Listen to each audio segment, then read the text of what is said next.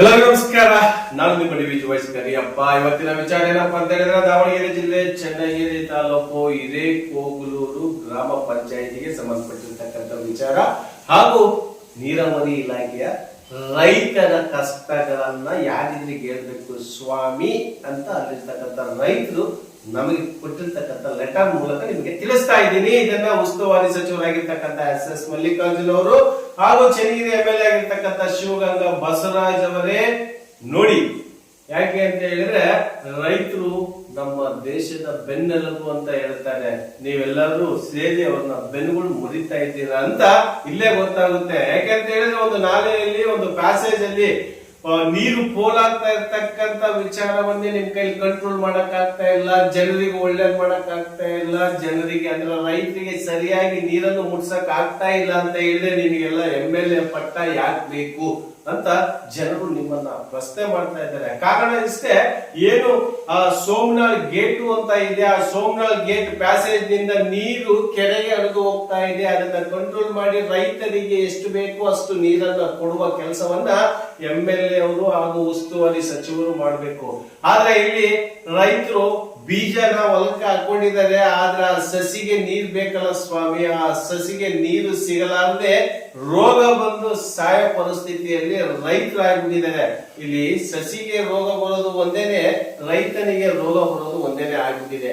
ಅಂತ ಒಂದು ಸುವ್ಯವಸ್ಥೆಯಲ್ಲಿರ್ತಕ್ಕಂಥ ಈ ರೀತಿಯ ರಾಜಕಾರಣಿಗಳು ನಮಗೆ ಬೇಕಾ ಎಂದು ಅಲ್ಲಿನ ರೈತರು, ಚನ್ನಗಿರಿ ತಾಲೂಕಿನ ರೈತರು ಹೇಳ್ತಾ ಇದ್ದಾರೆ. ಆ ರೈತರಿಗೆ ಸಂಬಂಧಪಟ್ಟಿರ್ತಕ್ಕಂಥ ಕೆಲವು ಹೆಸರುಗಳನ್ನು ನಾನು ನಿಮಗೆ ಹೇಳ್ತಾ ಹೋಗ್ತೀನಿ.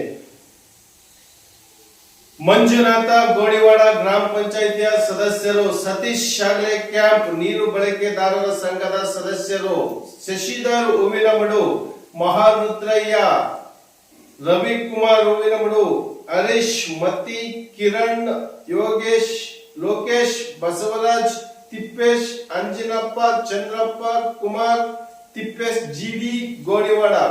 ಈಗಾಗಲೇ ರೈತರು ಭತ್ತದ ಸಸಿಗಳ ಸಿದ್ಧಪಡಿಸಿ ಕೊಂಡಿದ್ದು ನೀರು ಬರದೇ ಇರುವುದರಿಂದ ಸಸಿಗಳು ಅಸ್ತವ್ಯಸ್ತಗೊಂಡಿದೆ.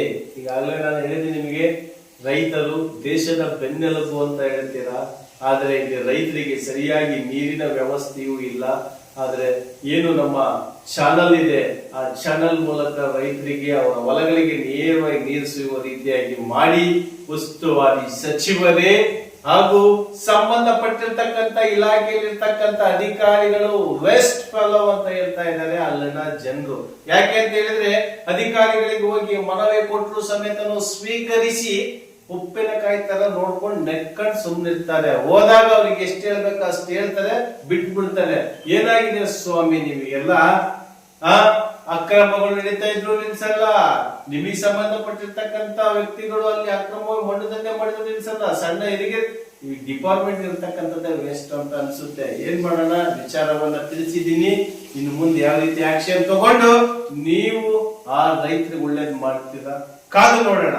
ಇಲ್ಲವಾದರೆ ಮುಂದಿನ ದಿನಗಳಲ್ಲಿ ನಮ್ಮ DVG ವಾಯ್ಸ್ ನಿಮ್ಗೆ ಬೆಂಗಾವಲಾಗಿ ನಿಲ್ಲುತ್ತೆ. ನಮಸ್ಕಾರ.